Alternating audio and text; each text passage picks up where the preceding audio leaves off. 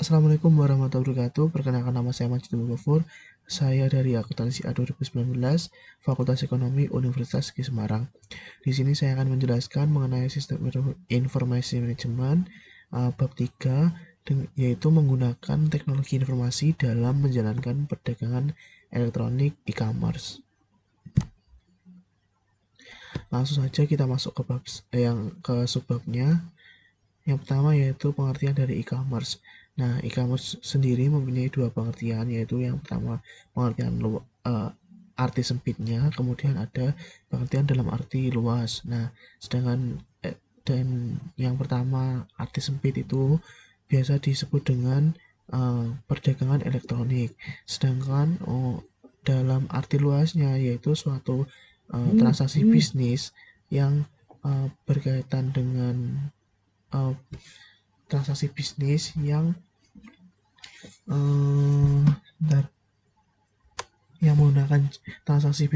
menggunakan jaringan, kemudian dengan sistem terkomputerisasi dan antarmuka atau interface. Nah, tiga kegiatan ini dilakukan dalam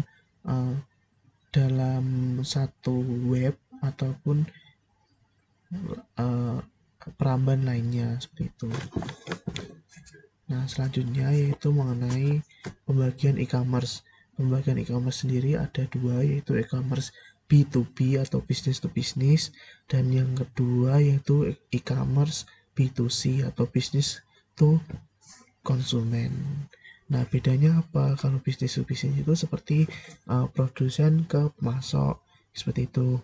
Kalau B2C itu bisnis produsen ke konsumen ataupun memasok ke konsumen gitu. Nah, manfaat dari e-commerce sendiri yaitu ada tiga manfaat utama. Yang pertama itu perbaikan layanan pelanggan sebelum, selama, dan setelah penjualan. Kemudian ada perbaikan hubungan dengan pemasok dan komunikasi keuangan. Kemudian yang ketiga atau yang terakhir yaitu peningkatan imbal balik ekonomis atas pemegang saham dan investasi pemilik. Kendala-kendala yang dialami dalam e-commerce sendiri yaitu ada tiga. Yang pertama, biaya yang tinggi, baik operasional maupun administrasinya. Kemudian ada juga kekhawatiran akan masalah keuangan. Nah, ini sering terjadi pada perusahaan-perusahaan yang baru masuk ke e-commerce seperti itu. Nah, yang ketiga yaitu piranti lunak yang belum mapan atau belum tersedia.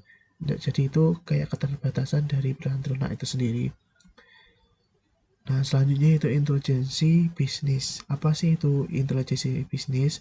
Nah, intelijensi bisnis itu adalah aktivitas mengumpulkan informasi mengenai unsur-unsur di dalam lingkungan yang berinteraksi dengan perusahaan seperti itu. Nah, dalam intelijensi bisnis itu memerlukan dua komponen, yaitu basis data eksternal dan yang kedua mesin pencari.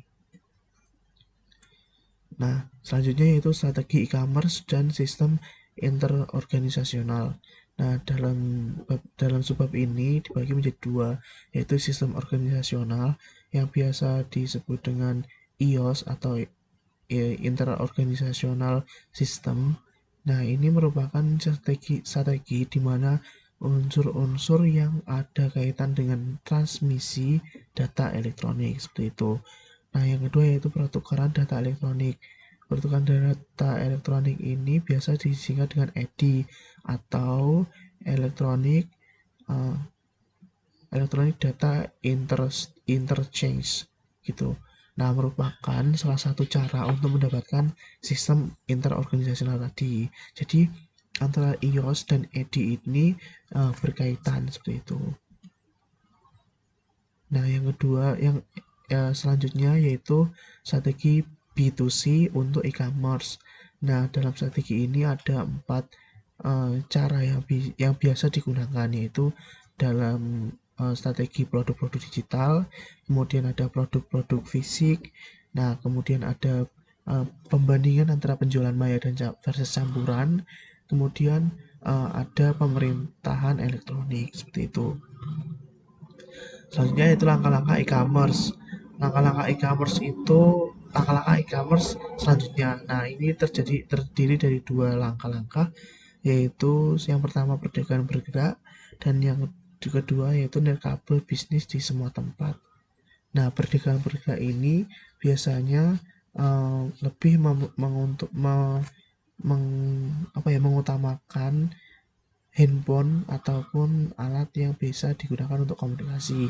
Sedangkan nirkabel bisnis di semua tempat ini berusaha agar di semua kondisi atau di semua tempat itu komunikasinya tetap terjaga. Nah, sekian dari saya penjelasan mengenai e-commerce ataupun bab 3 ini. Nah, semoga bermanfaat untuk kita semuanya. Wassalamualaikum warahmatullahi wabarakatuh.